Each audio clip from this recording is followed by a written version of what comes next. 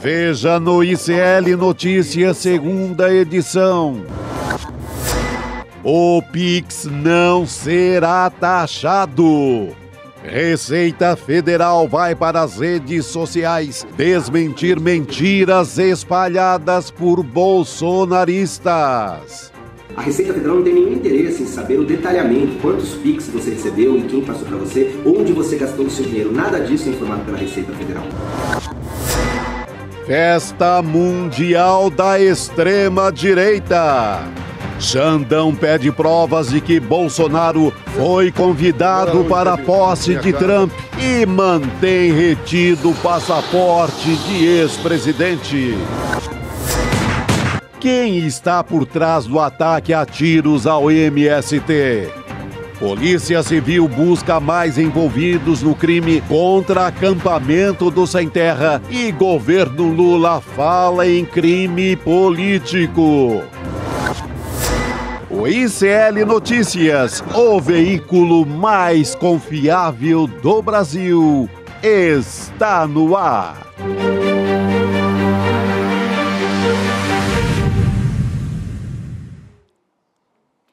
Olá, boa noite. Seja muito bem-vindo, seja muito bem-vinda. Mais uma semana começando e ICL Notícias, segunda edição, está no ar e nós estamos ao vivo nos canais do Instituto Conhecimento Liberta, Eduardo Moreira, no YouTube e também na Pop TV, você que nos assiste no Rio Grande do Sul.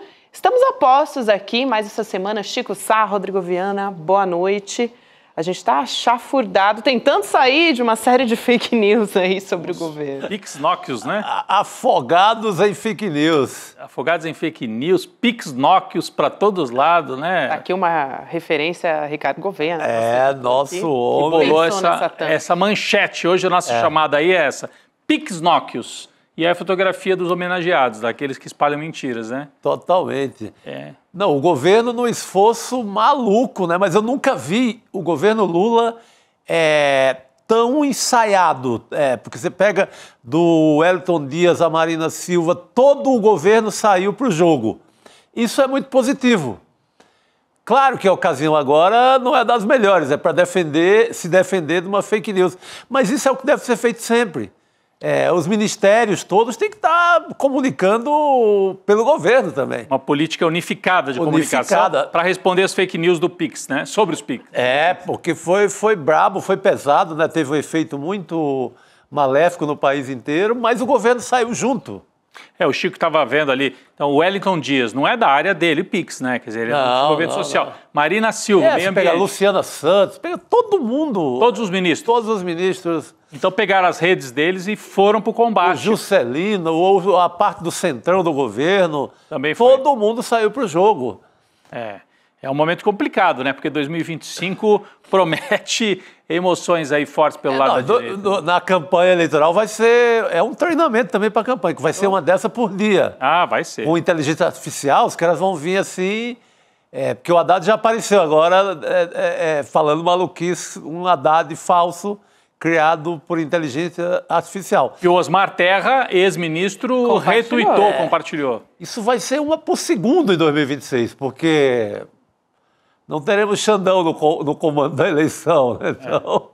eu acho que já é um sinal do que vai acontecer. O Sidônio estava à frente da campanha do presidente Lula nas últimas eleições presidenciais e agora está à frente também da Secretaria de Comunicação. É um sinal. E já chegou com essa bomba aí para resolver, né? Com essa história que pode desgastar muito a popularidade do governo Lula, justamente porque o Pix se popularizou completamente, né? Todo mundo hoje só usa Pix, tem gente que nem cartão tem mais, porque só usa o Pix. E, em meio a tudo isso, né, Rodrigo, quase que a gente teve um falha nossa ao vivo aqui, batendo o pé em tudo, a Gabi chutou o banquinho aqui embaixo. Mesa. Mas a gente já tem um pouco um sinal, um termômetro do que vem como desafio em relação à popularidade, levando em conta que a gente tem eleições em 2026. Parece que é longe, mas não é muito não, né, Rodrigo? Não é longe. A gente vai começar por aí, né? Vamos começar porque a polêmica do Pix, essa polêmica do Pix e as mentiras, né? Porque não é uma polêmica, um debate sério. Tem muita mentira. Mas chega num momento que já não era um momento bom para o governo. Nessa virada de 2024 para 2025, por dois motivos. O Lula estava apanhando na questão econômica, né? O pacote apresentado pelo Haddad considerado insuficiente pela Faria Lima, o dólar tinha explodido no fim de 2024. Então, o momento na economia não era bom. E aí nós vamos ter a posse do Donald Trump, que deu um gás para a extrema-direita nessa linha de vamos com tudo, já é ensaio para 2026. O Trump toma posse e eles, nesse embalo, vão tentar pressionar para que o Bolsonaro não seja condenado, para tentar reverter a inelegibilidade, o que não vai acontecer. Mas é um ano difícil de confrontação.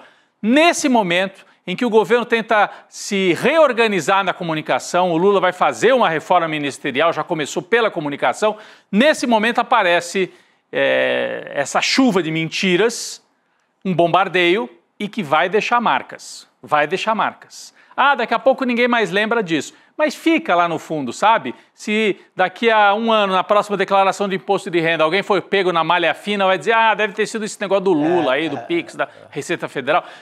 É assim que eles trabalham. Trabalham com meias verdades, mentiras por inteiro e espalham tudo isso Brasil afora.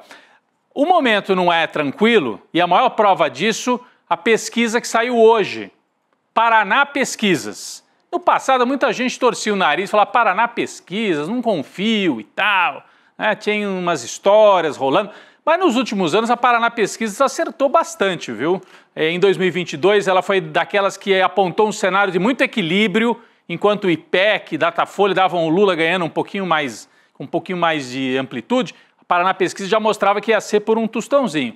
E agora saiu uma bateria de pesquisas hoje, mostrando empate entre Bolsonaro e Lula para 2026. Tem muitos cenários, eles testaram vários cenários, com e sem Bolsonaro, com e sem Pablo Marçal, porque quando o Marçal entra no jogo, ele fica com um pedaço dos votos de direita, e aí o Bolsonaro diminui. Quando o Marçal não está no cenário, o Bolsonaro fica até um pouco na frente do Lula, segundo a pesquisa Paraná. Vamos lembrar que o Bolsonaro está inelegível. Ainda assim é um termômetro de que a direita está forte. É o que a gente sempre diz, né? Passou a eleição, o Lula ganhou por 2 pontos, a gente imaginava, vai desidratar o bolsonarismo, as pessoas vão entender que houve ali uma tentativa de golpe, o governo vai trazer normalidade e pouco a pouco a extrema-direita vai se desidratar. Não estamos vendo isso, ao contrário. O bolsonarismo está do mesmo tamanho que estava na eleição e o Lula está um pouquinho mais desgastado. Eu continuo achando que Lula é favorito para 2026. Continuo achando que o Lula é favorito, com todas as dificuldades, ele tem a máquina. Se acertar um pouquinho a embocadura, ganha em 2026. Mas vamos ver os cenários, o que traz aqui Paraná Pesquisa. Eu separei alguns, que são muitos cenários, com variáveis, troca Marçal, troca Bolsonaro. Primeiro o cenário com o Jair Bolsonaro, que é para testar a força mesmo. Esquerda com Lula, direita com Bolsonaro. É um empate quase que absoluto.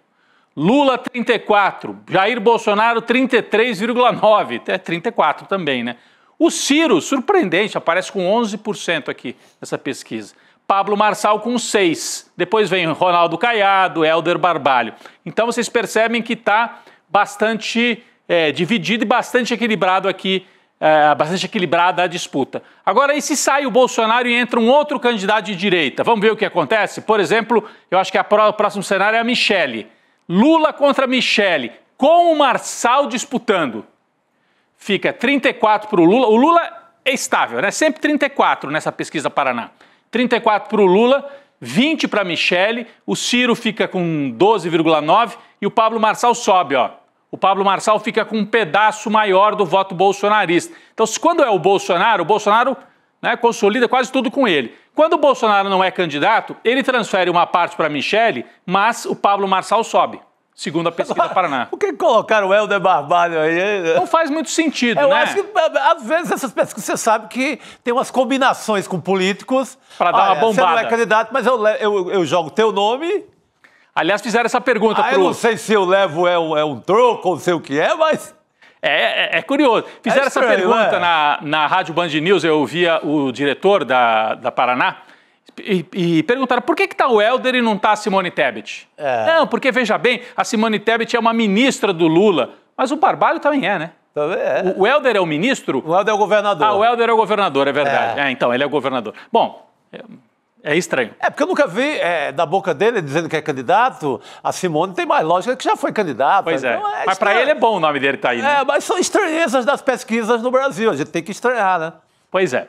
Bom, o Ronaldo Caiado aparece aqui, sempre com 6, 7. Ele é muito forte no Centro-Oeste, mas fora do Centro-Oeste ele quase não tem voto. Mas é um nome. Está dividindo aqui a direita, né? O Lula tem esses 34 quase sempre. Vamos para o próximo cenário, que daí é sem a Michele, mas com o Tarcísio. Vamos lá. Lula, 35. Tarcísio, 25. Ciro Gomes, 15. Ronaldo Caiado, 7. E o Helder Barbalho, de novo, com 1,8. Tem voto só no Pará, né? Mais voto alto, né? Mais alto. Já larga com quase 2 aí. Mas, enfim, aqui a gente não tem... Nesse cenário não tem o Pablo Marçal. E aí o Tarcísio fica 10 pontos atrás do Lula, né? Depois eles testam também segundo turno. Eu já vou chegar lá. Isso aqui seria no primeiro turno, né? Então você repara que o Lula está em 34%, 35%.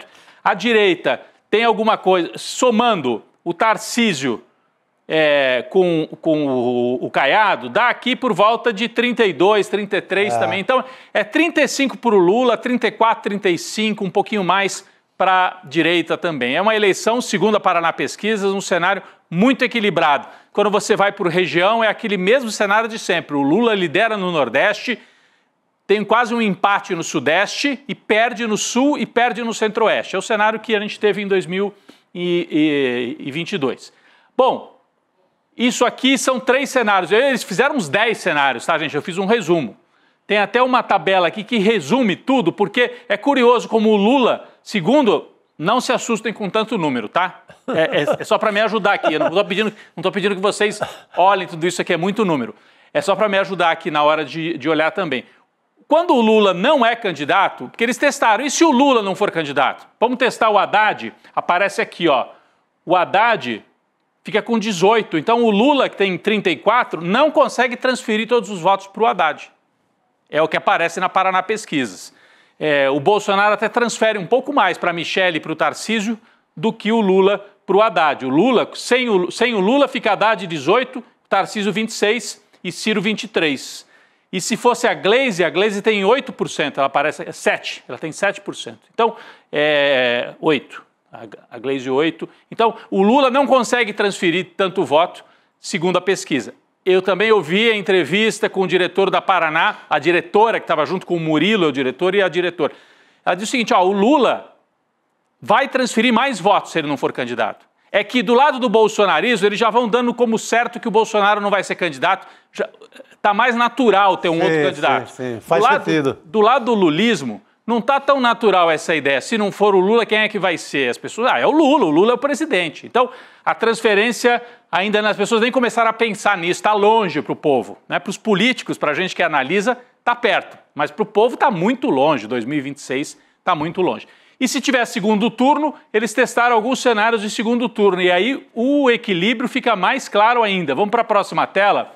Os cenários de segundo turno, eu estou falando da pesquisa Paraná Pesquisas, feita agora, comecinho de janeiro. Aí está mais fácil, né? Não tem tanto número assim. Lula com Bolsonaro. Bolsonaro numericamente na frente, ó.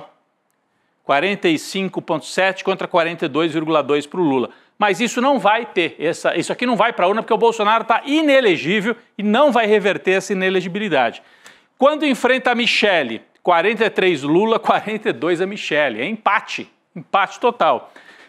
Se enfrentar o Tarcísio, 43 Lula, 40,6 o Tarcísio. Então a gente tem um país dividido ao meio do mesmo jeito que 2022. Se tiver segundo turno, o Lula cresce um pouquinho e os candidatos de direita crescem mais, porque recolhem quase todos os votos que estão com os outros candidatos. Então, é um cenário bastante complicado para o governo nesse momento, né? É um cenário de empate, de divisão bastante nítida no Brasil. Esse aqui é o segundo turno. E a pergunta que muita gente faz, mas o Tarcísio, será que ele vai querer ser candidato? O cara é governador, bem avaliado em São Paulo, apesar de privatizar tudo, dar martelada para vender a Sabesp, liberar a polícia para matar, mas ele está bem avaliado, a gente não pode brigar com os fatos. O fato é que nas pesquisas ele aparece bem avaliado em São Paulo. O que dizem nos bastidores, né, Chico, Gabi, é que o Tarcísio e o entorno dele preferem apostar numa reeleição para governador, e ele não sairia candidato a presidente. Mas se tiver chance, se o Lula cair mais na pesquisa, se o Lula não for candidato e o terreno ficar mais aberto, aí o Tarcísio sim pode se animar a ir para o jogo e adiantar, porque ele tem o apoio da Faria Lima para isso, não é isso? Ele está, como se diz nas receitas culinárias, reservado. Está reservado naquele potinho reservado pela direita. Reservou, está lá. É isso que a gente vê. Ele está reservado, ele está preservado pela mídia brasileira, não se ataca ele. São Paulo vive uma situação de apagão no litoral de São Paulo, por conta da virose. Não há notícia de ação de governo tentando minorar, tentando resolver isso, ou pelo menos cuidar um pouco daquelas pousadas que estão sem ninguém porque a virose tirou todo mundo. As pessoas cancelaram, eu conheço gente que cancelou. Muita gente cancelou. Há um apagão no verão na hora que os caras mais faturam. O governo tem muita culpa disso. Tem Sabesp despejando porcaria dentro do mar, nos rios. A Sabesp já privatizada, mas nada pega para Tarcísio em São Paulo. Até porque a imprensa não cobra. As linhas do metrô privatizadas, elas estão um horror, assim, quebra todo dia, para metrô, escada não funciona, tá um desastre. Não pega nada para eles. Saúde em São Paulo, desastre também, nada pega. Falta remédio, falta tudo, nada pega para o Tarcísio porque ele está sob uma grande proteção, porque ele está reservado pela direita para uma possibilidade de candidatura. É muito boa essa metáfora do reservado. Fala, Gabi. Não, ia só acrescentar que nessa história toda ainda conta a favor dele que logo no começo desse ano houve arquivamento, 17 investigações de mortes cometidas pela PM, né, investigadas por serem cometidas pela PM, da Operação Escudo, né? Aquela coisa que junta, né? Operação Verão, Operação Escudo, que é no litoral de São Paulo. Mas ainda tem isso, né? Os promotores arquivaram uma série de investigações ali que contavam contra a área de segurança do Tarcísio. Agora, ele está se apresentando assim, não, eu prefiro a reeleição, mas é o que o Chico falou, fica reservado e tanto está se apresentando para o jogo nacional, ele é governador de São Paulo. Você viu a fotografia dele do lado do presidente do Flamengo? Sim. Fazendo política com o presidente do Flamengo, né? Eu vi isso hoje. Quer dizer, ele está se colocando para fora de São Paulo. E ele é carioca, né? Ele é de origem do Rio de Janeiro. Então, se colocando para além das fronteiras aqui da divisa do estado de São Paulo. Então, está reservado o Tarcísio. Você vê as manchetes sobre a virose, é terrível, viu, gente? Tem centenas de pessoas hospitalizadas no litoral paulista, foi bem na virada do ano. Principalmente Santos e Guarujá, que são as mais populosas, as que têm mais movimento, comércio e tudo. E as manchetes falam muito. Tem problema no esgoto, só que não fulanizam. Você não vê o nome. Não sai o nome dele não aparece. Cara, inflação. Sobe o preço do café, a culpa é do Haddad e do Lula.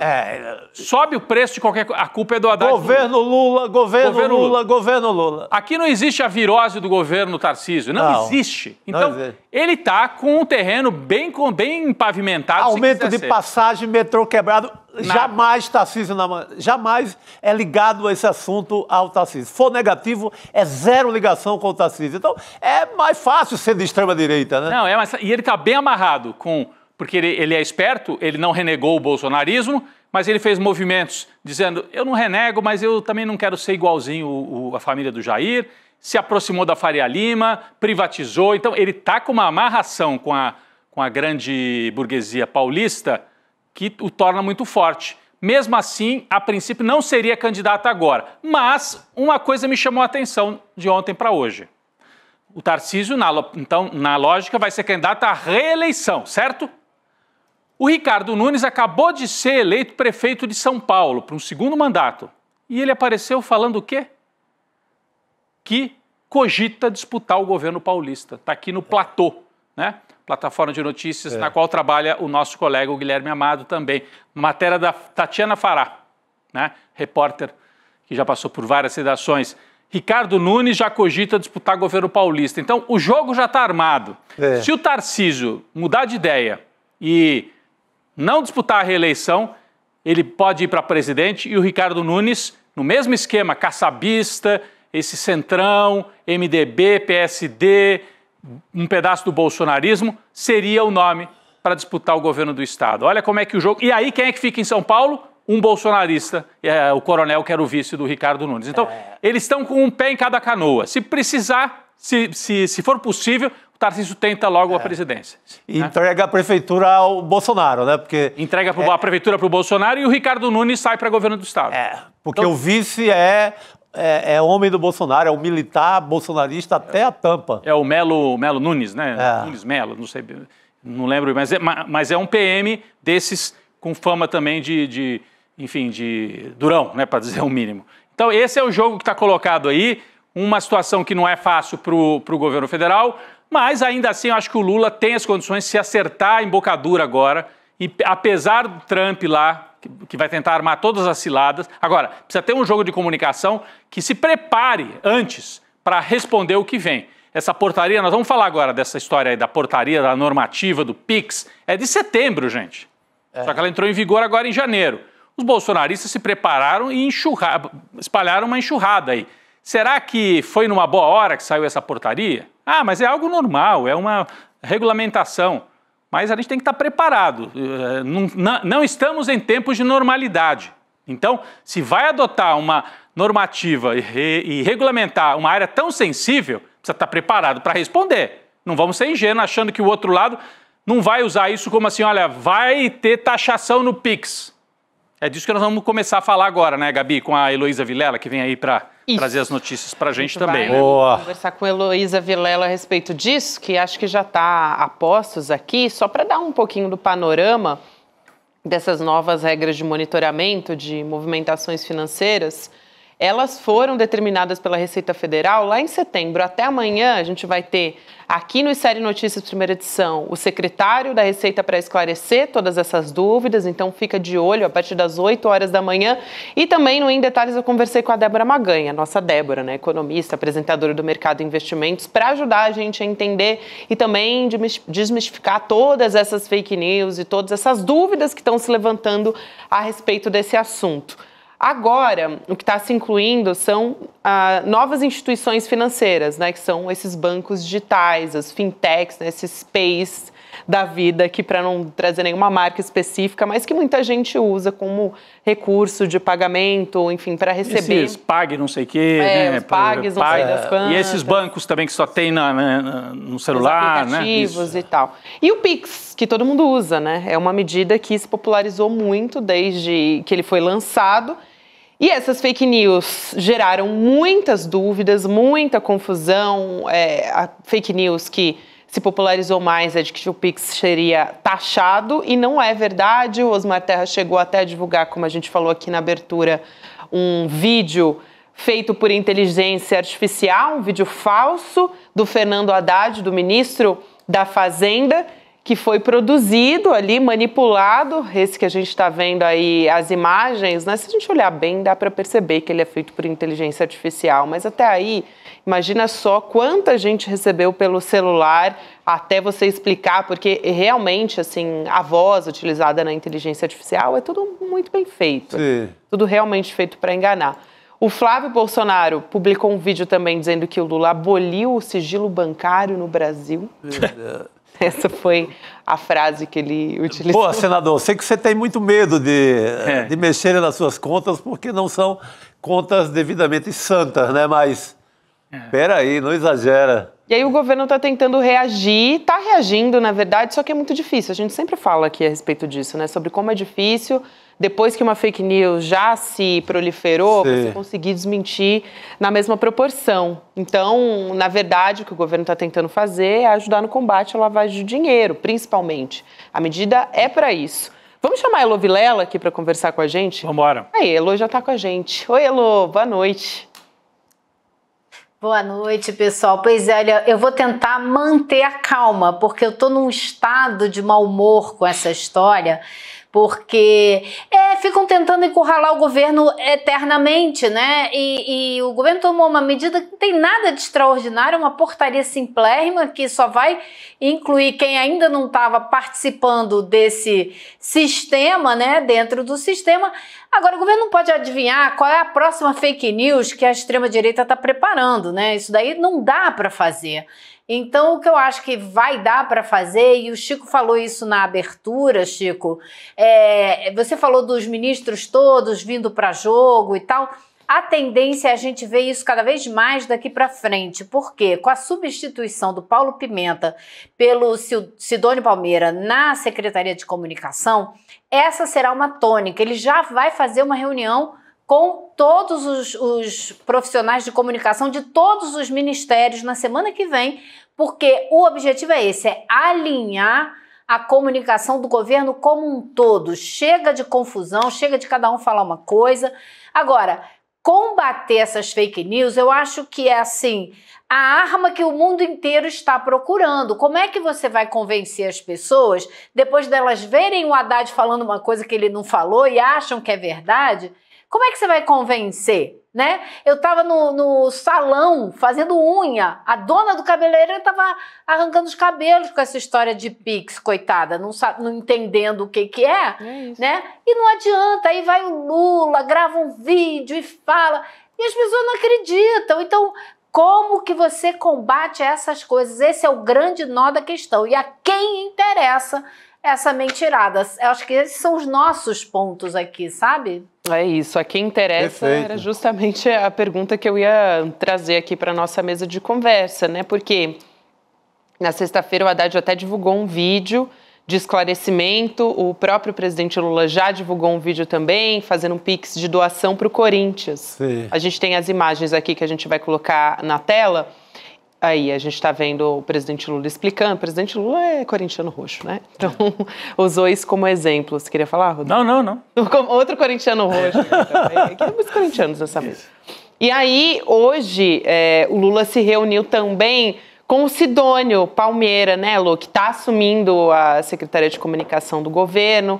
Essa semana está assumindo a SECOM e vem com esse desafio já de tentar trazer explicações que deem conta dessa enxurrada de fake news, porque cria uma proporção tão grande. Essa história que você falou, né, Lu, exemplifica muito bem, porque as pessoas escutam e aí no salão de cabeleireiro vai contar para outra pessoa que também não faz ideia e aquilo fica dado como verdade. Então, como é que o governo faz para desmentir essa... Eu só ia dizer que eu acho que a gente tem que ter muita humildade e paciência para lidar com isso, porque a gente tende a achar, e a gente mostra aqui, os bolsonaristas estão espalhando mentira.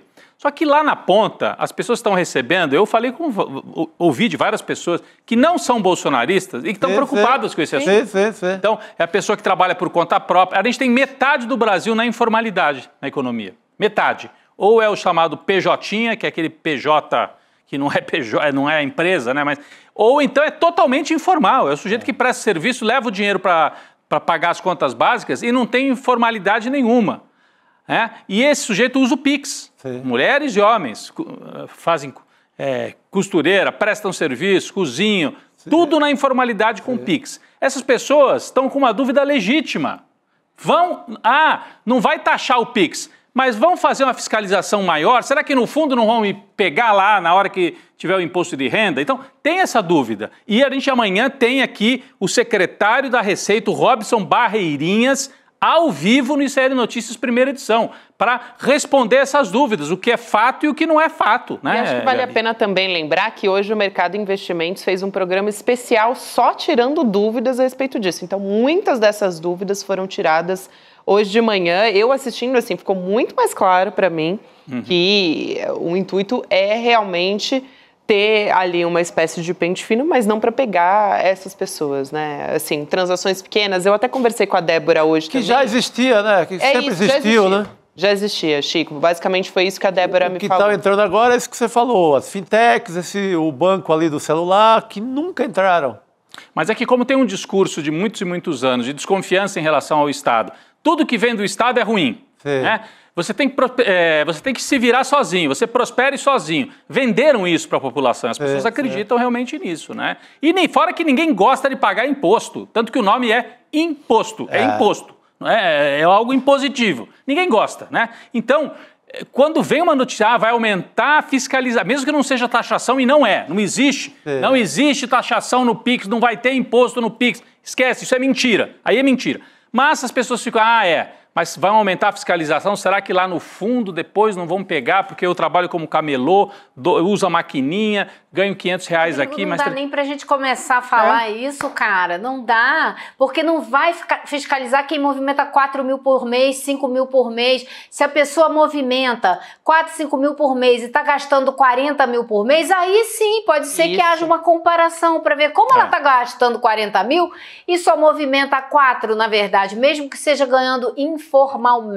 Então, quando eu digo que é espalhar a mentira e é isso que está acontecendo, eu não estou descartando a confusão que isso provoca e a dúvida que a pessoa lá na ponta tem. Mas essa pessoa está sendo extremamente sacaneada por essa extrema-direita que está produzindo essas mentiras, porque nada disso que está sendo dito a respeito do Pix é verdade. Vai pegar grandes movimentações financeiras, como é feito hoje, como já é o que acontece todo dia há muitos anos. Só vai entrar mais um dado que não estava lá. Então, quando você pega a movimentação financeira de alguém que tem, sei lá, uma renda de 10 mil e a pessoa está gastando 50 mil todo mês, na hora que cruza os dados da Receita fica estranho, mas ainda assim a Receita pode ver pelo cruzamento de dados se está vindo dinheiro de um primo, de um tio, de um parente, de um colega que está ajudando a pagar as contas. Então, tira todas essas dúvidas e só fica no final da peneira as movimentações absurdas de gente muito rica que não quer declarar para a Receita ou que está lavando dinheiro.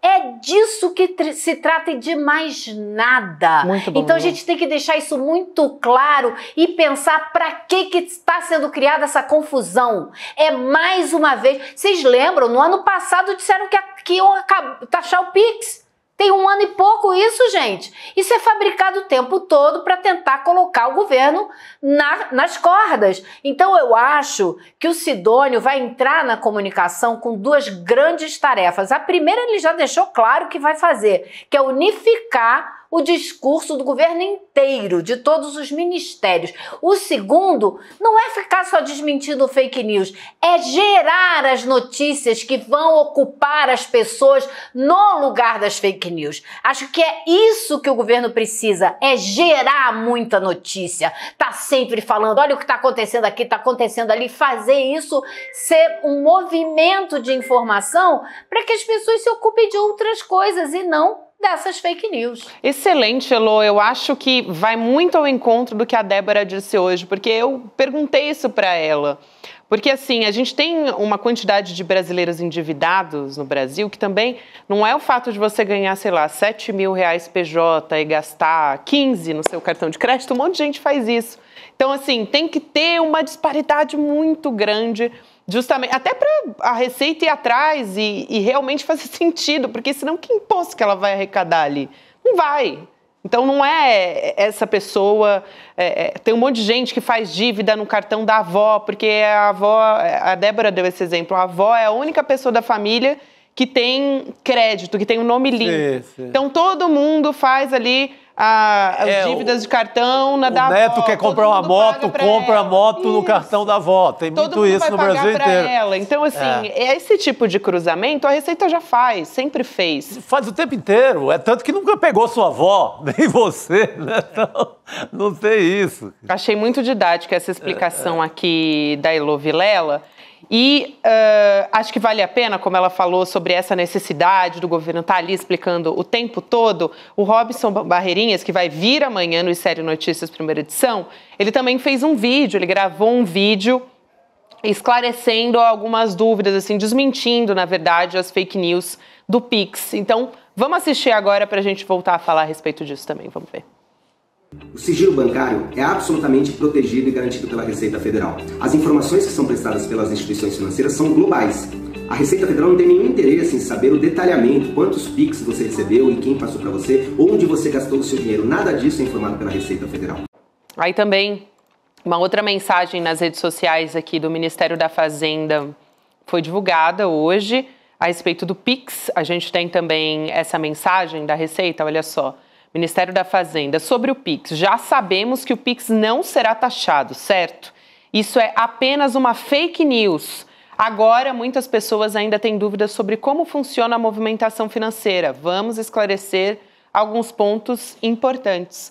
Então, também, acho que quando essa fake news é divulgada, muito acaba acontecendo de entender que as pessoas também não sabem como funciona a declaração, né? Quem que está isento, justamente porque a gente tem muitos brasileiros na informalidade, quem é que não está, tudo isso acaba entrando nesse balaio também. Então, esse tipo de esclarecimento eu acho que é importante nessa época do ano, justamente quando a gente começa a se movimentar para a declaração do imposto de renda, né?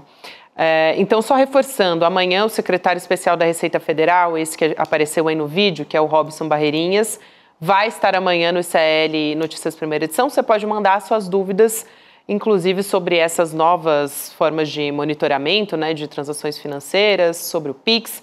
Dá para mandar pergunta gravada em vídeo. A gente vai trazer aqui para o secretário. Então, eu vou aqui divulgar o nosso número que está na tarja também. É o 11 949 4477 46. Melhor o vídeo na horizontal, tá? Se você tiver uma pergunta e quiser gravar para ele, 11 949 44 7746. Acho que vale a pena, é uma oportunidade para todo mundo tirar dúvidas, Rodrigo. Tem uma outra dúvida que as pessoas ficam, que é a seguinte, né? Eu, inclusive, trouxe isso de manhã para a Débora e para o André Campedelli tentarem responder, que é a questão da declaração de imposto de renda, né?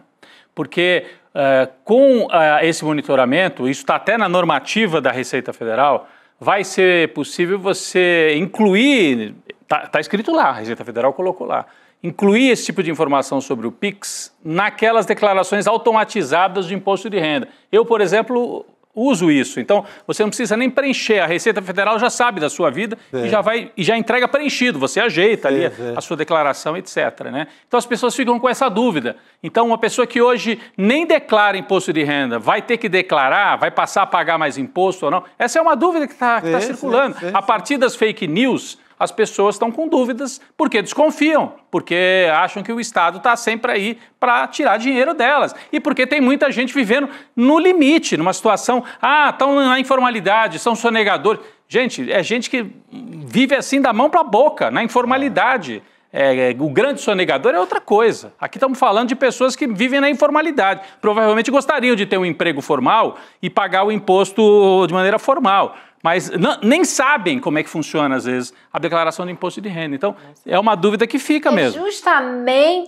É justamente por isso, Rodrigo, porque elas estão na informalidade, vivem da mão para a boca, que elas não serão chamadas a explicar absolutamente nada para a Receita Federal. A Receita Federal não tem nem como buscar informações pessoalmente da quantidade de gente que não tem nem como explicar direito como que está ganhando dinheiro ali na informalidade. A Receita Federal não está preocupada com essas pessoas que estão mal sobrevivendo. A Receita Federal está preocupada com os tubarões, com os grandes sonegadores, com as pessoas que têm transações milionárias ilícitas. É com isso que a Receita Federal está preocupada. Então é isso que tem que ficar muito claro. Se você está na informalidade, lutando com dificuldade para sobreviver, a Receita Federal não vai bater na sua porta. Ela não está preocupada com a sua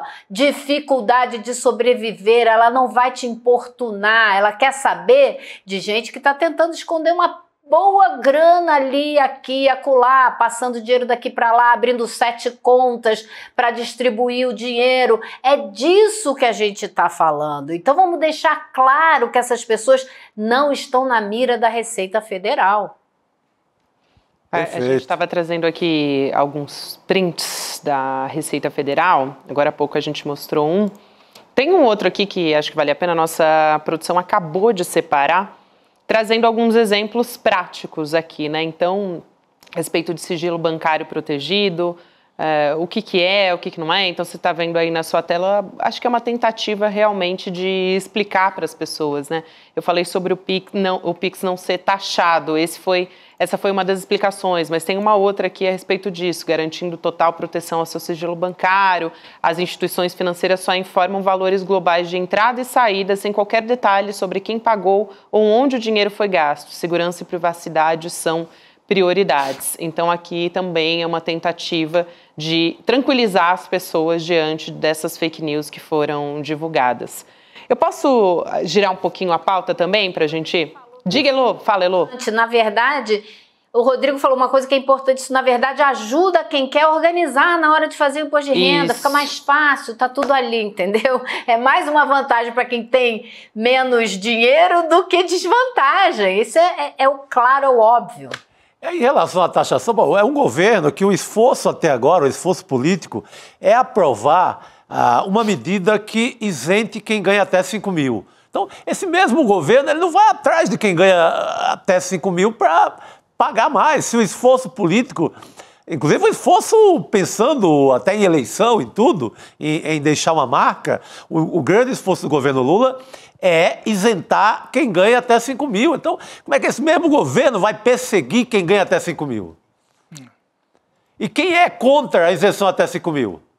Flávio Bolsonaro, Eduardo Bolsonaro, a extrema-direita e todo esse povo, gente. Por isso que é um prato cheio, né? É um prato cheio, porque eles tentam correr atrás depois. Mas, pô, é só saber quem é contra isso. Mas tem gente que prefere dinheiro vivo aí nessa história, né? Até para comprar imóvel, né? É. Comprar imóvel. Loja de chocolate e tal. Exatamente. Só pra gente lembrar, né, também dessa quadra da nossa Pode história. usar Pix para comprar loja de chocolate? Não sei. Não, dá para tirar essa dúvida. Não, segundo a Juliana Dalpiva e o grande livro O Negócio do Jair, toda a família, a história era dinheiro vivo. Dinheiro vivo. Porque o começo dos negócios dele nem tinha Pix ainda, porque o Pix é no governo Temer. Ou no governo Bolsonaro já, né? Não, o governo é criado pelo Temer. É criado pelo Temer, o golpista deu duas coisas, Alexandre de Moraes e o Pix. E o Pix, duas coisas. Duas coisas boas pro país. É criado lá, mas os Bolsonaros nunca usaram nada disso, nada que deixasse marca no banco. Eles retiraram o dinheiro inteiro dos funcionários, juntavam o bolo todo lá nos gabinetes no Rio e ia direto pro imóvel. E assim foi feito. Muito bem. Falando em Bolsonaro, eu queria trazer um outro assunto aqui para a gente discutir. A gente está quase chegando na posse do Donald Trump nos Estados Unidos. Vai ser dia 20 de janeiro e ele está também inflamando, vamos dizer assim, a extrema-direita no mundo inteiro. A posse dele está também sendo muito utilizada para isso.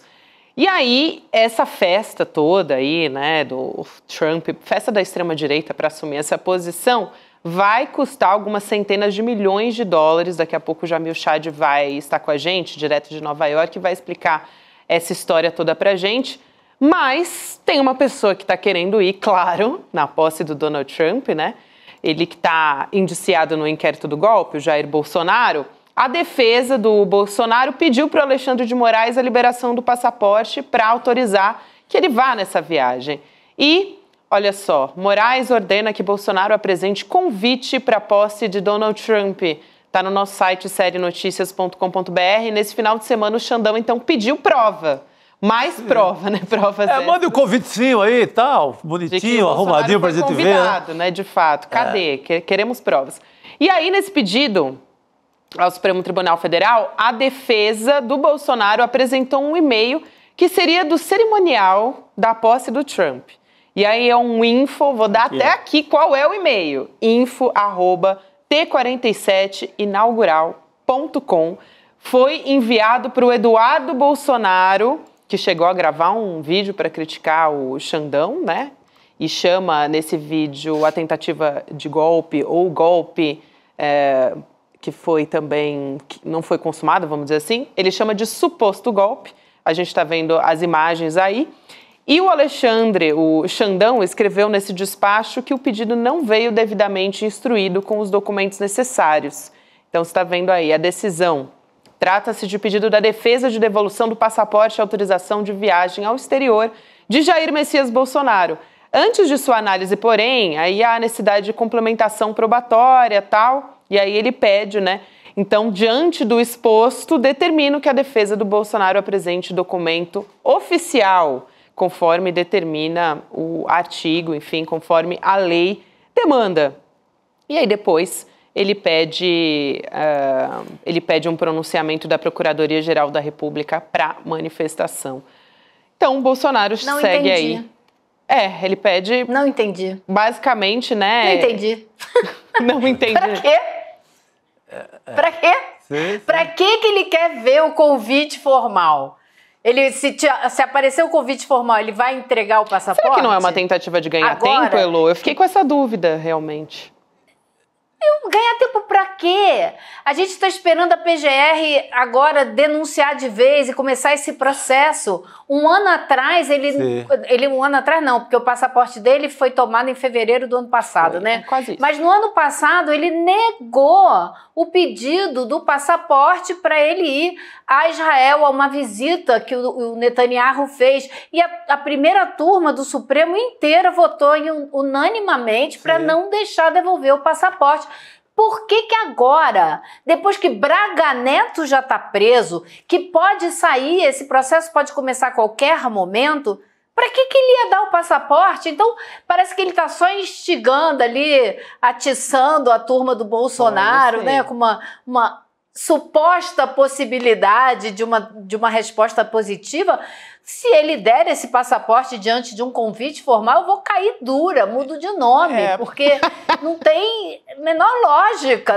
Vou me chamar sentido. Não faz menor Maria sentido. Castro, entendeu?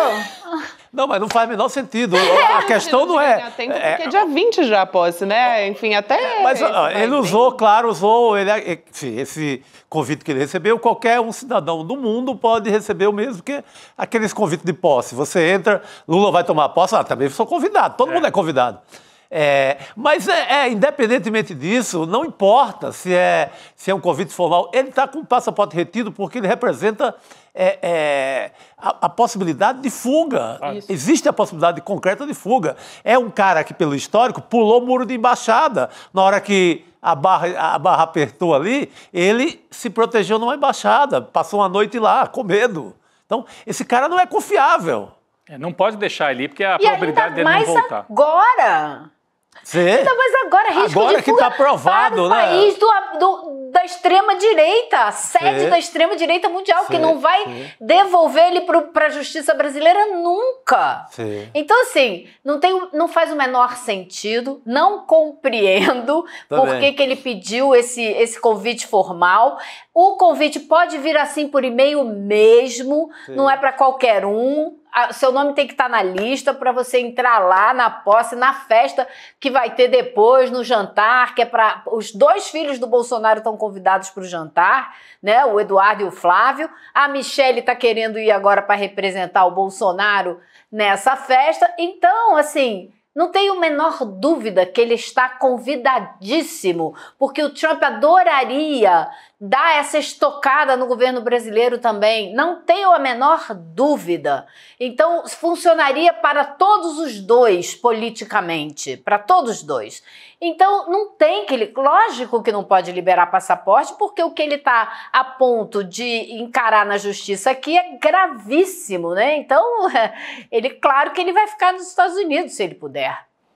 É isso, Elô, como você disse, o plano B dos Bolsonaro é enviar a Michelle Bolsonaro, né, no lugar dele, segundo o jornal Globo. Então a gente tem a manchete aqui para colocar aqui na tela também. E acho que é a possibilidade que vai acabar acontecendo, porque não vejo motivo, como vocês estão dizendo aí, não vejo motivo para dessa vez o Alexandre de Moraes liberasse, já no passado também, já não liberou. Ele queria ir na posse do Netanyahu também, né? Exatamente. Enfim, no passado ele já pediu outras autorizações para o Supremo Tribunal Federal e o Supremo não liberou. Eu estava lendo uma coluna da Malu Gaspar no Globo e ela ouviu bolsonaristas, deputados, senadores, não sei exatamente o mandato, mas que estão dizendo que não vem a menor chance dele ir. Nem eles acreditam que o Bolsonaro tem alguma chance de conseguir esse passaporte para sair do Brasil a essa altura do campeonato. Seria muito louco, né, gente? Deixa a Michelle lá se divertir. Louco. Ela leva aquele maquiador que é amigo dela, vai junto. Faz um passeio, lá, A Michelle vai lá. Vai passar um frio lá. Vai passar um puta frio lá. Deixa eu aproveitar e trazer... Fala, não, era só isso. Não, eu ia aproveitar e trazer alguns detalhes aí, que apurações do Jamil Chad, que daqui a pouco entra para conversar com a gente, Elô. Mas vai ser um mega evento, então a gente já tem informação a respeito disso, né? Ele transformou essa posse num mega evento, já recebeu doações milionárias para essa festa, olha só. Então você está vendo aí a coluna do Jamil Chad. Trump transforma a posse em mega evento e arrecada mais de R$1 bilhão. A equipe do Donald Trump espera arrecadar $200 milhões no total. Para você ter uma ideia, tem gente pagando $1 milhão no ingresso para jantar com Trump no evento. Meu Deus Eu achei assim. Gente, vocês sabem que a festa da posse... Porque a posse é num tremendo frio, não tô de brincadeira. É 20 de janeiro, é gelado lá nos Estados Unidos, né? Mas essa posse, as pessoas vão e ocupam todo aquele mall que eles chamam, né? Que é aquela parte toda na frente da Casa Branca. E é o grande teste de popularidade para o Trump, porque quando ele foi eleito da primeira vez, ele ficou tiririca, porque a posse do Obama lotou, que não dava para você andar.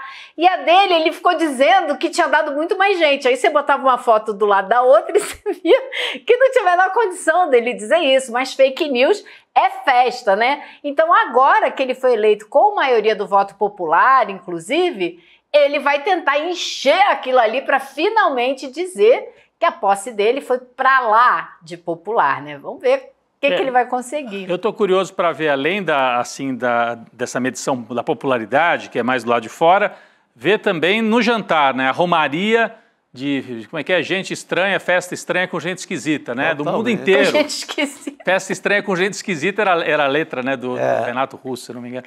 Mas é festa estranha com gente esquisita do mundo todo, né? Quem serão os líderes da extrema-direita que vão lá beijar a mão? Vai o Milei, né? O Milei, o Netanyahu, o húngaro, né, o da Hungria, sim, a Meloni da Itália. Orbán. O Orbán, desculpa. E talvez alguns líderes que não estejam no poder, mas são líderes da extrema-direita mundo afora, né? Que tem como esperança. Como o Bolsonaro, que está querendo. Como o Jair. Olha, vou arriscar um outro palpite. Acho que é interessante a gente observar quem são também os líderes europeus que vão lá de 4 beijar a mão do Trump agora. Mesmo entendeu? sem ser a Europa de extrema direita? Que está se ferrando, mesmo sem ser de extrema direita. A Europa que está se ferrando porque embarcou junto com os Estados Unidos nessa aventura da Ucrânia, ficou sem o gás, ficou sem energia, inflação arrebentando, os países todos sofrendo. Vamos ver quem é que vai lá beijar a mão do Trump. Eu estou curioso para ver. Tem doações interessantes ali da gente trazer também, óbvio, um que surpreende um total de 0 pessoas, Elon Musk. Elon Musk doou. Dono do X, mas tem também da Meta, o Zuckerberg não foi só aquele aceno. Não é palavra vídeo, só não, né? Também doação, compareceu, grana, né? Põe a mão no bolso, Zuckerberg, não quero só discurso, não. Compareceu. A Amazon também, ó, todo mundo atenção, hein, gente? A Amazon, Google, Microsoft também deram contribuição $1 milhão cada. Para bancar a festa. Para bancar a festa. Nossa. Já houve um tempo agora, vocês viram que a guerra já começou, né? Interna, Steve Bannon já prometeu que vai afastar o Elon Musk desse governo o mais rápido possível. Vamos ver quem sai ganhando. Acho que o Musk tem mais dinheiro, acho que ele vai ficar mais tempo do que o Bannon. Entre Bannon e Musk, vamos ver quem é que sobrevive. Eles tiveram até uma treta, né, o Steve Bannon e o Trump, agora estão meio que voltando aos poucos aí, mas também tem uma história do Steve Bannon que a gente vai trazer daqui a pouquinho também, né, dele criticando já o Elon Musk.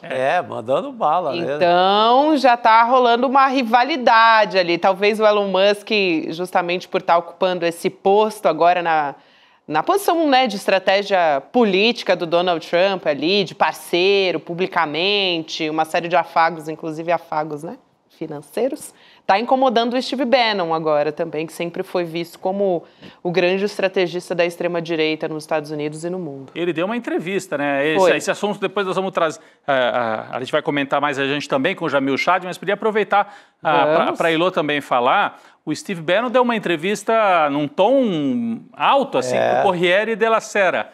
Jornal italiano, né? Uhum. Jornal italiano. Diz que o Musk é verdadeiramente mau.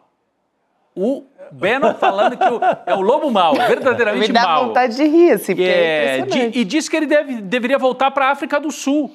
Ou seja, o Musk está sentindo na pele o que é ser tratado como o imigrante. Migrante, fora, total. Você não pertence aos Estados Unidos. Mas essa é a briga. A briga é justamente essa, porque o Bannon é contra qualquer tipo de visto especial. E o Elon Musk entrou nos Estados Unidos com um visto especial que ele não quer que seja cancelado, que é um visto que as empresas podem usar para contratar engenheiros, pessoas de alto nível técnico e tal. E foi assim que ele entrou nos Estados Unidos. O Steve Bannon é contra imigração total, ampla, geral e restrita. Então eles já estão saindo no tapa. E eu torço muito por essa briga. Espero que eles se degladiem até o fim. A nossa equipe separou a frase, né, exata do Steve Bannon. Vamos trazer aqui. Na entrevista ao jornal italiano, se puder colocar na tela aí pra gente, o que ele disse sobre essa questão da imigração, atingindo diretamente, tá um pouquinho mais pra frente no nosso roteiro aí, gente, frase do Steve Bannon. Posso já trazer o trechinho então aqui, quando o pessoal... Aí, essa mesmo. Farei com que Elon Musk seja expulso daqui até o dia da posse. Ó, tem pouco até tempo. Dia 20, hein, gente? Vamos ver se ele vai conseguir.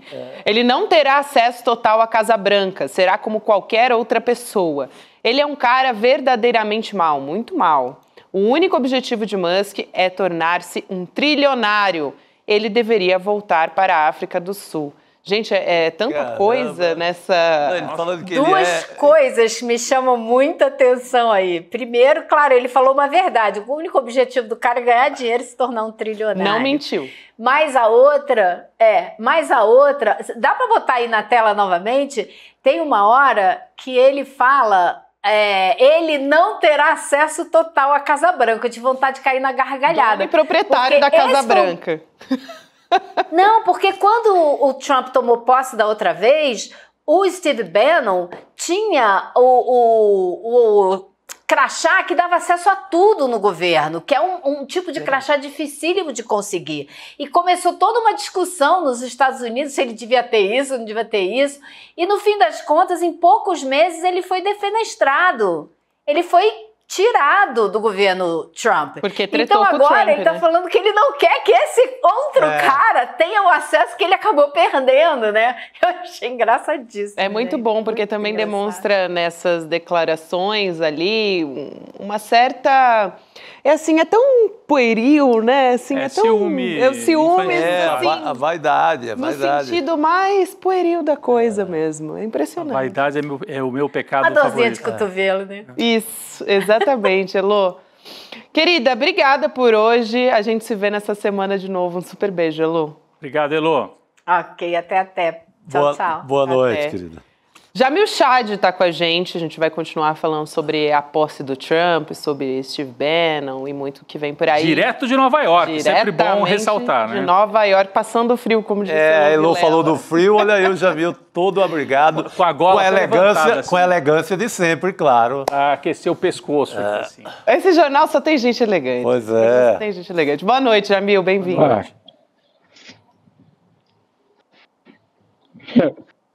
Boa noite a todos. Espero que vocês possam me ouvir bem daqui de onde eu estou.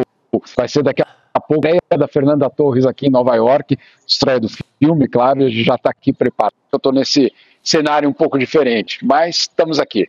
Espero que vocês possam me ouvir bem. Ah, que maravilha, Jamil. Sua internet acabou de estabilizar, então acho que é uma oportunidade aqui para a gente trazer um pouquinho do tamanho que vai ter toda essa festa, né, esse mega evento que foi transformado a posse do Donald Trump, para a gente entender um pouquinho melhor. Então, no sábado, dia 18 de janeiro, a gente até preparou uma arte aqui com alguns pontos interessantes do que vai ser essa posse, né, esse mega evento. Então, a recepção do presidente, fogos de artifício no Trump National Golf Club, na Virgínia, que é o berço ali da extrema-direita também, né? Do Steve Bannon, até do próprio Olavo de Carvalho ali. Então, atenção nisso. Recepção do gabinete e jantar do vice-presidente. No domingo, dia seguinte, temos cerimônia de colocação de coroa de flores no túmulo do soldado desconhecido no Cemitério Nacional de Arlington. Então, esse vai ser no domingo, no dia seguinte. Também um comício MAGA, né, do Make America Great Again, na Capital On Arena, em Washington, portanto. E jantar à luz de velas também no domingo. Romântico. Romântico. Vamos botar na mesma mesa o Musk e o Steve Bannon. Clima romântico. Jantar. Aí na segunda-feira, dia 20 de janeiro, tem o culto na igreja de St. John. o Trump e o vice-presidente eleito, o J.D. Vance, prestam um juramento ao meio-dia, tem um almoço seguido de desfile presidencial, que vai do Capitólio pela Pennsylvania Avenue até a Casa Branca. Essa é bem tradicionalzona, né? Esse desfile é muito tradicional. Com uma revista das tropas, e o Trump participa de 3 bailes inaugurais, que é o Commander-in-Chief Ball, o Liberty Inaugural Ball e o Starlight Ball. São os bailes inaugurais que o Trump vai participar. E assim, gente, não tem hora para acabar, tá? Porque terça-feira também tem mais um. Também na hora que acabar, o mundo que se cuide, os migrantes que se cuidem, os pobres que se cuidem, porque aí vai ser carnificina, né? Aí só para fechar, na terça-feira, dia 21 de janeiro, atividades da posse são encerradas com o Serviço Nacional de Oração pela manhã. Então, é um evento, né? Um mega evento que começa lá no sábado agora, dia 18, a gente de olho nisso, e fica até terça-feira. E aí, muitos acontecimentos, né? E a gente vai ver o quão... Não, e também a expectativa, né, você está trazendo aí, a nossa equipe fez um resumo muito bem feito, com apoio ali desses quadros, né, que a gente chama de artes, né? São esses quadros, inclusive essa mistura, né, do público e do privado, né? Uma parte das atividades de posse, a primeira, acho que no sábado, é no golf club dele, né? Pelo menos tem o nome dele, não sei se esse golf club é dele, não é, inclusive na Virgínia. Mas eu estou também curioso porque ele está prometendo um pacote de decretos logo para o primeiríssimo dia, o que é comum, né? O presidente tem que assinar, o Lula quando tomou posse, o Bolsonaro, todos. Mas no caso do Trump, porque ele está prometendo essas medidas antimigratórias. Então, saber se logo no primeiro dia já vem esse pacote. Mas o Jamil tinha caído e voltou. Responder para a gente. Não sei se ele quer falar ainda das festividades. Vamos lá. Tem uns 4 dias, né, Jamil? Conta pra gente. Exato. Primeiro, o que vocês mostraram aí são 4 dias em vez de um dia só de posse. Então, por isso a gente já começa a ver que, obviamente, não vai ser uma presidência exatamente normal de Donald Trump. Mas eu acho que tem um elemento central nessa quebra de protocolo de Donald Trump, é mostrar poder. Mostrar poder com fogos de artifício, mostrar poder com convites para presidentes que normalmente não são convidados para uma posse como essa. Então você tem uma série de sinais que o que ele quer é mostrar poder, tanto para os americanos como para, claro, o resto do mundo. Vocês colocaram uma questão aí fundamental, que é a confusão da agenda privada e agenda, obviamente, presidencial. Nessas festividades, nesses eventos, alguns deles, como vocês citaram, vão ser nas suas próprias propriedades. Ou seja, é uma confusão total do limite, o que é público, o que é privado, o que é presidência, o que é empresário, o que é lobista, o que não é lobista, enfim. A gente está vendo isso de uma forma muito clara. Queria dar alguns outros detalhes que me chamam a atenção, pelo menos dessa informação, dessa leva de informação que a gente começou a receber hoje. A primeira delas é de que você pode comprar o seu lugar para um desses jantares com Donald Trump, mas você precisa ter $1 milhão. Não é uma brincadeira, não. $1 milhão para que você possa jantar à luz de velas justamente com Donald Trump. E claro, isso é um pacote que dá acesso a várias coisas aí durante esses dias de posse. E tem outros pacotes, viu, Chico? Se você estiver aí mais tranquilo, tem um que custa $50 mil. Ah, bom. Então, com $50 mil, exatamente, você consegue fazer algumas coisas. Agora, me falaram, essa parte engraçada do pessoal da organização, eu falei, o que dá acesso a $50 mil, por exemplo? Dá para você pedir alguma coisa, fazer um lobby pela tua empresa por uma desregulamentação de alguma lei, falar sobre algum projeto social, etc. E uma das pessoas falou assim, olha, por $50 mil ele mal vai te ouvir. Então, assim, é real que você compra o seu lugar nesses locais de posse de eventos com Donald Trump. Lembrando o seguinte, só até agora, estamos ainda uma semana da posse, até agora, ele já arrecadou para a posse dele $170 milhões. $170 milhões foi o que ele arrecadou depois de vencer já a eleição e já procurando, obviamente, dinheiro para fazer todas essas festividades. Ou seja, Rodrigo, você falou, nas propriedades dele? Mas não é ele que paga, não. Né? É uma posse, obviamente, nas minhas propriedades, me promovendo como, claro, um grande empresário americano, mas não inclui isso o meu dinheiro. E tem outros aspectos que são, obviamente, curiosos, que é o fato, por exemplo, de você ter, no final do dia da posse, que é finalmente o dia 20, você não tem um baile, você tem três bailes, né? Para que um só? Para que um só? Então você vai ter 3 bailes e ele promete ir aos 3 bailes.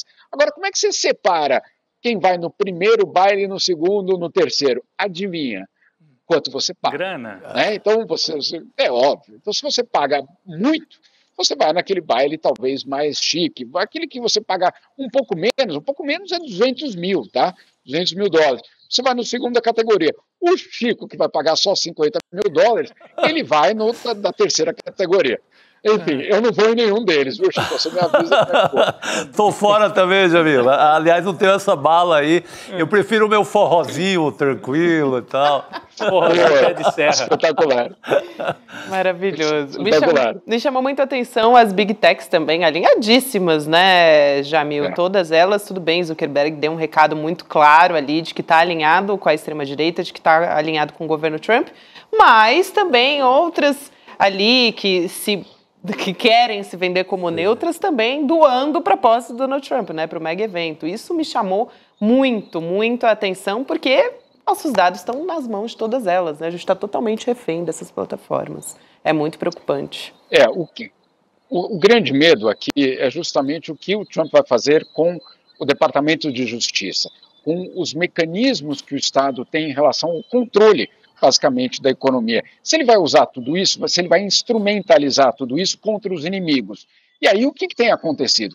Que essas grandes empresas, obviamente, morrendo de medo de qualquer tipo de problema, de ser excluída de licitações públicas, de começar a ser investigada por milhões de possíveis motivos, o que elas estão tentando fazer é se alinhar, se aproximar ao poder para dizer, olha, nós aqui estamos à disposição, ou pelo menos queremos estar mais próximo do poder. Eu não acredito em ideologia para muitas dessas pessoas.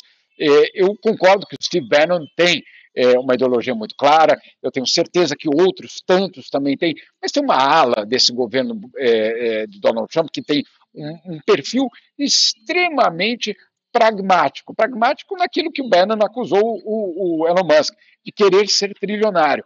Então você tem uma parcela desse grupo que é absolutamente focado em ganhar muito dinheiro e aproveitar os próximos 4 anos para ganhar muito dinheiro, inclusive subsídios. Uma das acusações que o Bannon faz ao Elon Musk é que ele recebeu milhões de dólares em subsídios do Estado. Isso é verdade. Então, imagine só, você recebe basicamente num governo um empresário que é o homem mais rico do mundo e, ao mesmo tempo, é o usuário de recursos públicos para suas próprias indústrias. Agora, adivinha o que ele vai fazer? Ele vai vistoriar, vai monitorar quem é que recebe dinheiro. Afinal de contas, ele é um dos grandes apoiadores. Perdão ainda sobre essa disputa aí do Elon Musk contra o Steve Bannon, o Chico vai se lembrar, porque obviamente cobre futebol, etc., aquelas quartas de final da Copa do Mundo, Inglaterra e Brasil, né? Aquela que o Ronaldinho fez aquele gol espetacular, etc. Naquele dia, no começo daquele dia, um jornal argentino veio com uma capa espetacular, que dizia o seguinte, que pierdan los dos. Perdão. Né? Essa era a manchete do jornal argentino. É o nosso caso, totalmente. Que perdam Como los disse dos. Lula, Exatamente. sempre Então, pela assim, briga. Exatamente, que perdam os dois. É isso, exatamente isso. Muito bom. Jamil, acho que dá tempo também, já que você entrou nessa questão do Bannon, né, que era mais um que a gente queria tratar aqui, a respeito de Gaza, né? Você trouxe uma informação também na sua coluna sobre as crianças em Gaza começaram a morrer de frio. Depois, além de fome, além das bombas, de todos os ataques, né? Alerta que veio da ONU. Em menos de um mês, de acordo com a ONU, 8 recém-nascidos não sobreviveram à hipotermia em meio ao inverno rigoroso que está atingindo agora a região, como se não bastasse tudo que já está acontecendo, né? Então, além dos bebês, outras 74 crianças e adolescentes morreram desde o começo do ano. Em 15 meses desde que tudo isso começou, né? Crianças e mulheres representam 70% dos 43 mil mortos em Gaza. Eu achei esse dado, assim, realmente me chocou muito, Jamil. Eu queria ouvir um pouco você a respeito disso, porque acho que é só mais um traço do horror do que está acontecendo em Gaza. Acho que você colocou em termos bastante corretos, mas só para a gente deixar muito claro, é um absurdo que esse tema tenha simplesmente desaparecido do noticiário. Eu não digo do Brasil, é do mundo. Né? Parece que guerra em Gaza, morte de crianças em Gaza, é um novo normal. E a gente parou de noticiar, a gente parou de falar sobre isso, quando, de fato, isso continua. Quando a gente para de falar, muitas vezes existe a percepção de que aquela crise acabou, ou que ela já não é exatamente aquilo que era antes, ou que ela está caminhando para outra direção. Não, que um relatório que foi circulado entre governos apenas, o que ele mostra é que justamente nesses primeiros 15 dias do ano, imagina, 15 dias do ano, não estamos, na verdade, nem 15, né? Não chegamos ainda nem na primeira metade do mês de janeiro, já foram mais de 70 crianças mortas. Dessas, várias por hipotermia, ou seja, por conta do frio. Olha, o que é o frio ali não é menos 15 como Nova York, não é nada disso. É simplesmente o fato de não existir nenhum tipo de proteção para essas famílias. Onde estão essas proteções? Eu trago isso na matéria. Onde estão esses abrigos especiais, esses abrigos com algum tipo de proteção que poderia existir? Eles estão na fronteira, eles estão em depósitos, porque eles não conseguem chegar a essas pessoas. Não é falta de doação, não é falta de equipamento por parte das agências humanitárias, é falta de, basicamente, acesso a essas pessoas para que elas possam justamente se proteger durante esses meses do frio, claro, do inverno no hemisfério norte. Então, não é por acaso essas mortes. Elas não acontecem, foi uma fatalidade, olha, fez um frio mais forte do que imaginávamos. Não, não é nada disso. Né? Então, é importante que a gente continue, pelo menos, colocando o que é que está acontecendo. E, acima de tudo, eu acho que é um ponto fundamental, é a gente não esquecer daqueles que todos os dias ou morrem, ou sofrem, ou vivem uma situação de penúria, não porque não exista a solução, mas porque politicamente ela é impedida de acontecer. Então, esse é um caso muito claro.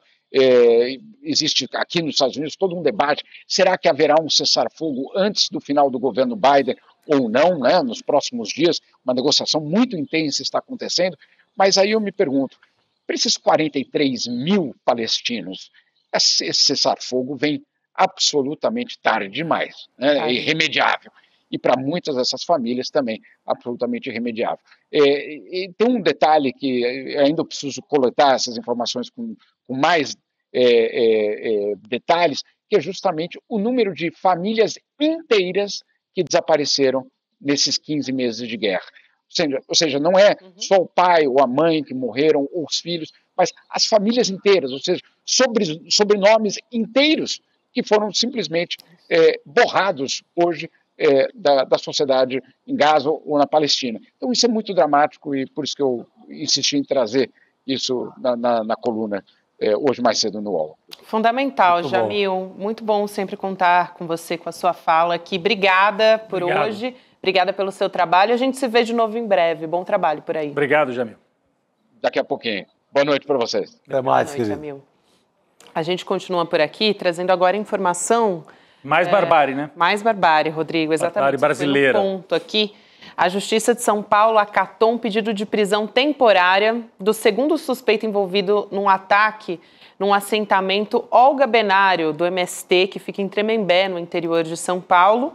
Esse atentado, para você que não se lembra, aconteceu na noite da última sexta-feira, deixou 2 mortos e 6 feridos. A gente vem falando a respeito disso aqui no ICL Notícias, e um deles está em estado grave. A Polícia Civil diz que o motivo do ataque foi um desentendimento na negociação dos lotes de terra, e o primeiro suspeito, que é conhecido como Nero do Piseiro, ele foi preso já no sábado, apontado como um mentor intelectual desse crime. A gente vai conversar a respeito desse assunto com Altamir Bastos, que é dirigente regional do MST. Altamir, obrigada pela sua presença, obrigada por aceitar nosso convite. Seja bem-vindo. Obrigado. Obrigado. Altamir, antes de mais nada... Nós aqui... Diga, Altamir.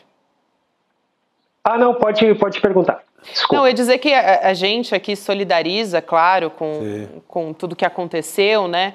A gente já teve manifestações políticas diversas a respeito desse atentado. O próprio presidente Lula já ligou também para o coordenador do MST, né, Gilmar Mauro, para prestar solidariedade. A gente aqui no ICL também, o próprio ministro do Desenvolvimento Agrário, Paulo Teixeira, o ministro dos Direitos Humanos, a ministra, né, Macaé Evaristo, compareceram ao velório desses dois assentados. Eu queria que você pudesse contar um pouco também da versão do MST, né, do movimento, para além do que tem sido divulgado pela Polícia Civil, né, que está dizendo que o motivo desse ataque foi um desentendimento na negociação dos lotes de terra. Então, eu queria que você pudesse contar, por favor, para a gente. Sim. Obrigado. Já há alguns anos, né, que a gente já vem fazendo notificações, registros, né, ocorrências, né, policiais sobre tudo o que já vem acontecendo aqui nos assentamentos do Vale do Paraíba. São 6 assentamentos, né, que nós temos e todos os assentamentos têm algum tipo de problema. Invasão de áreas de proteção ambiental, de reserva legal dos assentamentos, invasões de áreas sociais dentro dos assentamentos, invasão de lotes, né? E frequentemente a gente sofre ameaças, né? Por exemplo, o ano passado, esses 2 crimes que aconteceram, esse crime que aconteceu esse final de semana, não foi o primeiro. O ano passado nós já tivemos uma morte, né, um assassinato dentro de um assentamento Egídio Bruneto, em Lagoinha. Nós tivemos o ano passado também uma casa queimada dentro do assentamento Luiz Carlos Prestes, no interior de Taubaté. Então são várias ocorrências que a gente já vem alertando os órgãos públicos, né, sobre esses acontecimentos. Também a gente vem alertando e denunciando, né, a omissão por parte de alguns funcionários públicos em relação, né, a crimes e essas invasões dessas áreas, né, dentro dos assentamentos, né. Então, não foi por falta, né, de denúncias, né, que a gente aí, né, vir a evitar, né, isso que aconteceu esse final de semana, né? Então, essas denúncias, né, que na verdade não foram atendidas, não foram observadas pelo poder público, né, culminou com esses assassinatos, né, com crime odioso, né, que aconteceu esse final de semana. Queria aproveitar que eu comentei que o Paulo Teixeira, né, ministro do Desenvolvimento Agrário, esteve no velório. Ele também disse, ele falou publicamente sobre isso, que os suspeitos quiseram subtrair um lote de terra, aqui para dar mais uma explicação, segundo ele, e entrou em conflito com os moradores do assentamento. Aí o ministro também disse que espera que esse crime, que não vai intimidar, na verdade, o governo Lula nas ações de reforma agrária, e levantou a possibilidade de motivação política nesse crime. Então vamos assistir essa fala do ministro e na sequência a gente volta a conversar. Vamos ver. Ninguém mobiliza tanta gente em tão pouco tempo, com tanta arma, da noite para o dia, se não tiver uma organização por trás. E as famílias que nós ouvimos indicaram que também tem vinculações políticas nesse crime que foi praticado. O que é importante dizer é que esse fato não constrangerá o programa de reforma agrária. Pelo contrário, ele vai avançar no sentido de assentar pessoas, garantir produção de alimentos e garantir a segurança dos assentados, que dessa vez, por uma cultura que foi desenvolvida nos períodos anteriores, né, do uso de armas e de atacar assentados da reforma agrária, do MST, essa cultura que se revelou em toda a sua tragédia. Eu queria perguntar para o Altamir o contexto, né? Essas pessoas, a gente teve já um preso, né, no próprio sábado, tem um outro que está também sendo procurado. Essas pessoas são ligadas a algum grupo político, tem fazendeiro, tem crime organizado. Qual é a suspeita? Vocês trabalham com qual tese principal, a da motivação? Quem é que está por trás disso, como disse o ministro Paulo Teixeira? Ele falou em motivação política. Ele falou em motivação política, então por isso que eu queria entender motivação política de qual origem, né? Se você já tem uma suspeita, uma tese, uma linha aí de investigação paralelamente à polícia. Sim, nós temos conversado muito sobre isso, né, e até colocamos a preocupação de a gente tornar isso público, né, porque a gente sabe que existem muito grupos organizados e não organizados aí, grupos criminosos, né? Então, particularmente eu, a militância, as pessoas que estão aqui dentro dos assentamentos, a gente evita comentar sobre isso, né? Mas que a gente sabe que é um grupo de pessoas, de marginais, eu diria assim, que a informação que a gente tem que eles não são ligados ao grupo, esses principais grupos aí, tipo PCC, a gente tem essa informação que eles não são ligados, né, ao PCC, e que é um grupo novo aí, né, que está a aterrorizar, na verdade, realmente a região. E que a gente sim sabe que eles são ligados a alguns políticos aqui da região. Nós temos nomes, inclusive, né, e até já foi relatado à Polícia Federal, né, mas nós diríamos assim que o fato de todas as ocorrências, né, boletins de ocorrência que foram gerados, amanhã nós vamos estar repassando para a Polícia Federal, né, já ocorrências que já foram realizadas há vários anos, né, e para ver que, no caso, esperamos que a partir de agora, né, essas ocorrências sejam realmente investigadas, né, como foi a morte que aconteceu ano passado, a queima de casa, né, as intimidações, as ameaças que vários dirigentes nossos, até inclusive hoje, companheiro, né, recebeu ameaça, né, então a gente fica assim, às vezes, com muito cuidado aí do que vir a falar, principalmente em público, né? Porque realmente a gente está sendo ameaçado já há muito tempo. Né? Tem cautela mesmo, Chico. Altamir, boa noite. Pelo que eu entendi, assim, ouvindo o coordenador do MST, o Gilmar Mauro e outras falas, a linha de ataque aí é mais do poder imobiliário, de gente ligada a incorporadoras, com ideias de novos condomínios no interior de São Paulo, e não aquele ataque tradicional do Brasil, que é de fazendeiros, latifundiários. Então, tem essa diferença. O ataque está mais ligado a grupos imobiliários do que a latifúndio, não é isso? Mas também questão policial mesmo, né? Sim. Isto é uma questão policial mesmo, e a gente tem observado assim que esses grupos, né, de criminosos, né, eles visam essas áreas, como eles visam, no caso, os assentamentos, comunidades indígenas, comunidades de quilombolas, né, por até se sentirem, porque essas comunidades, em certo grau, né, elas são vulneráveis, né, e eles veem ali uma grande possibilidade, né, de ganhar dinheiro, na verdade, né, nós, por exemplo, aqui no assentamento Olga Benário, onde eu estou agora, por exemplo, tem um lote que foi invadido e eles literalmente subdividiram o lote e criaram um condomínio lá dentro, né? E estão vendendo pelo Facebook, né? Então, essas denúncias a gente já há tempo vem fazendo, né? No assentamento Nova Esperança, em São José dos Campos, também a mesma coisa acontecendo, né? Então, né, descaracterizando os assentamentos da reforma agrária. É o que está acontecendo. Muito bom. Quero muito agradecer aqui a sua disponibilidade, Altamir. O Altamir Bastos é dirigente regional do MST e, mais uma vez, a nossa solidariedade aqui no ICL. Ele está falando de dentro do assentamento Olga Benário, que foi o local onde houve o ataque. Só para a gente entender também uma certa cautela que tem que ter mesmo, né? Porque está ali no olho do furacão. Obrigado pela exposição dele. Obrigado. Eu fico agradecido. Obrigado, querido. Boa noite. Boa noite. A gente aqui vai chegando ao final do ICL Notícias, mas a gente trouxe na sexta-feira, né, o anúncio de diversas novidades aqui no ICL para 2025. Programas novos de jornalismo, de entretenimento, o primeiro reality show aqui do ICL e também o primeiro podcast investigativo. Então tem muita coisa. A gente está colocando aqui na nossa tela o Lute com o ICL, porque foi um pacote, praticamente, que foi divulgado. O Eduardo Moreira trouxe na sexta-feira, né, todas essas novidades. E a gente vai ter também o lançamento da comunidade online ICL, que é um lugar seguro, um espaço seguro.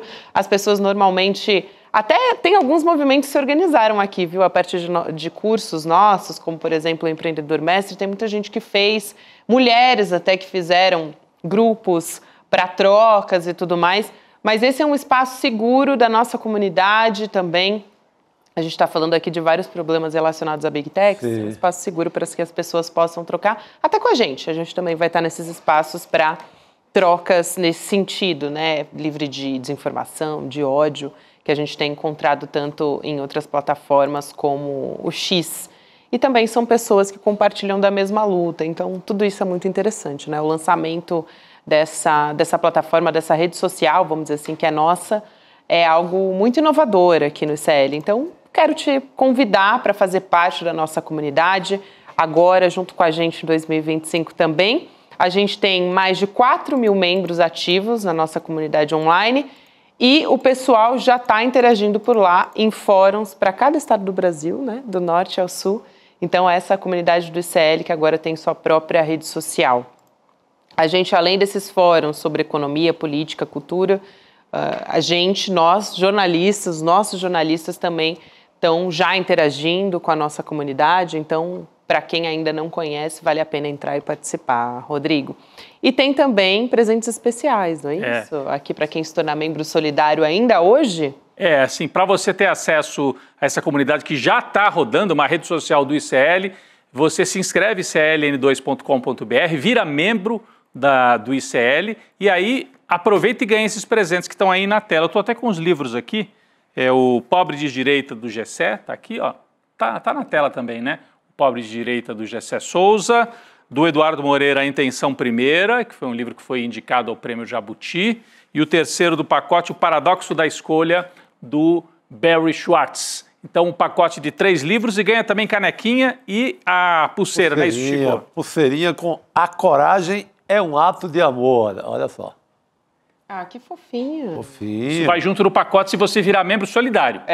Virar membro solidário. Membro solidário é quando, além de você pagar, né, para você, um acesso a você, a sua família, enfim, a quem tiver acesso a esse login, vamos dizer assim, você também paga para uma pessoa, né, uma bolsa para uma pessoa que não tem condições de pagar o acesso à plataforma. Então, o membro solidário tem isso, né, tem esse componente. Além de você pagar para você, também dá acesso a uma pessoa que não pode pagar. Em icln2.com.br, você acessa, faz parte da comunidade, tem acesso a esses presentes, se você se tornar ainda hoje, garante esses presentes especiais todos que a gente comentou aqui. E também tem o fórum que já está ativo da nossa comunidade para você poder trocar com a gente e com todas as pessoas da nossa comunidade.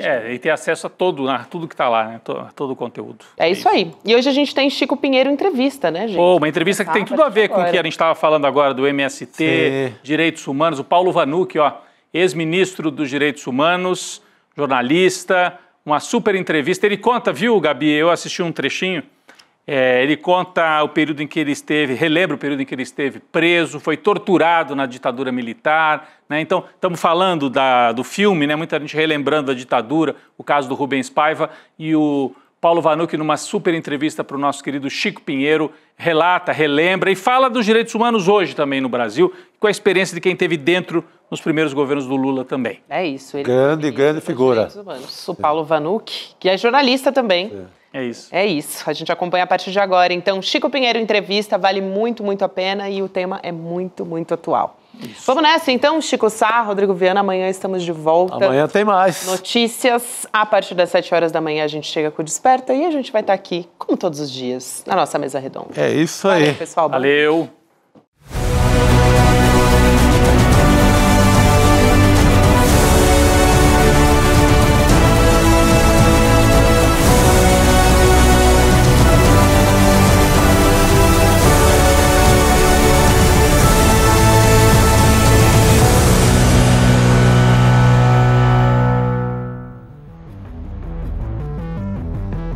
Em 2024 foi histórico.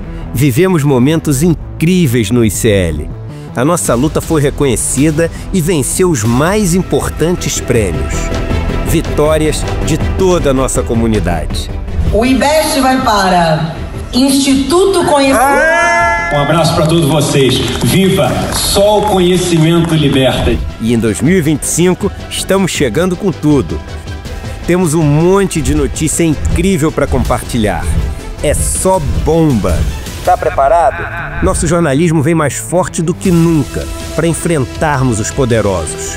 No N1, vamos agora poder acompanhar Leandro Demore diariamente. No Desperta, você vai começar seu dia com as análises do jornalista Fábio Panuzzi. E tem programa novo na grade. Diariamente, às 17 horas, ICL Urgente, com o jornalista Rodrigo Viana.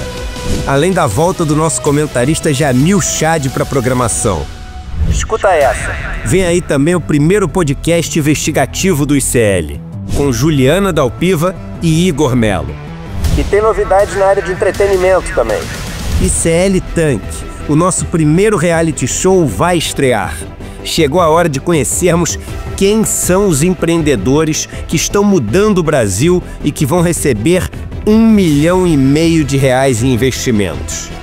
Em 2025, mais do que nunca, precisamos conversar. Vem aí o novo programa de debate feito por mulheres para toda a nossa comunidade. Em 2025, o despertar vai ser maior ainda. Vamos fazer um encontro inesquecível de toda a nossa comunidade CL. E vamos levar educação de qualidade para ainda mais pessoas. Mais cursos no ICL, mais séries e mais filmes incríveis. Sempre com os nomes de maior reputação do Brasil e do mundo. Hello, my name is Miriam Maymay Ali. I am the eldest child of boxing legend Muhammad Ali. A primeira turma da pós-ICL vai começar as aulas e já estamos preparando os novos cursos. Vem aí também uma novidade incrível para a turma que gosta do mundo dos esportes. Well, welcome everybody. My name is Mark Allen. Em 2025, a revolução continua.